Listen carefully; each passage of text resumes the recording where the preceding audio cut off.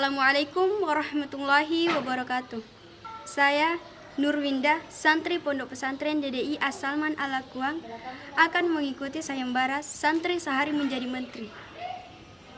Menjadi pemimpin bukanlah hal yang mudah, di mana ada amanah yang harus diemban, ada tuntutan yang harus dipenuhi, dan ada anggota yang harus dibimbing. Dalam mengemban amanah ini kelak, tentu kita harus memiliki skill, pengalaman, maupun bimbingan dalam aspek kepemimpinan dan tata kelola organisasi. Sehingga dengan mengikuti sayembara Santri Sehari Menjadi Menteri ini, saya bisa mempelajari bagaimana menjadi pemimpin atau menteri yang baik.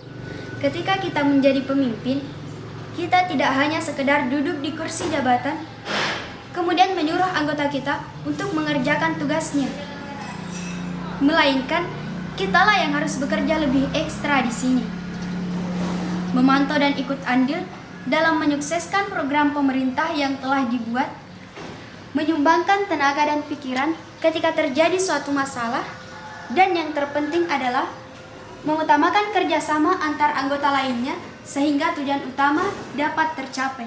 Termasuk ketika kita menjadi pemimpin di suatu pondok pesantren, tentu kita akan mengecek fasilitas pondok, memantau kegiatan warga pondok, mengikuti rapat pondok, memantau kendala apa saja yang terjadi dan mencarikan solusi, serta kita menampung aspirasi dari warga pondok.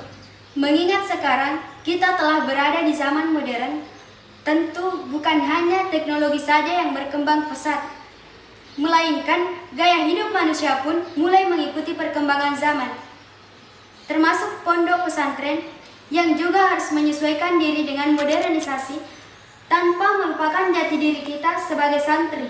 Maksudnya, di masa modern ini, kita tidak perlu menutup diri dari canggihnya teknologi, tetapi memanfaatkan teknologi untuk kemajuan pesantren.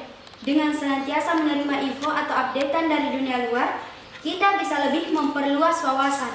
Oleh karena itu, pondok pesantren harus memfasilitasi para santri. Mengingat kebutuhan digitalisasi tak bisa kita hindari dari lingkungan madrasah.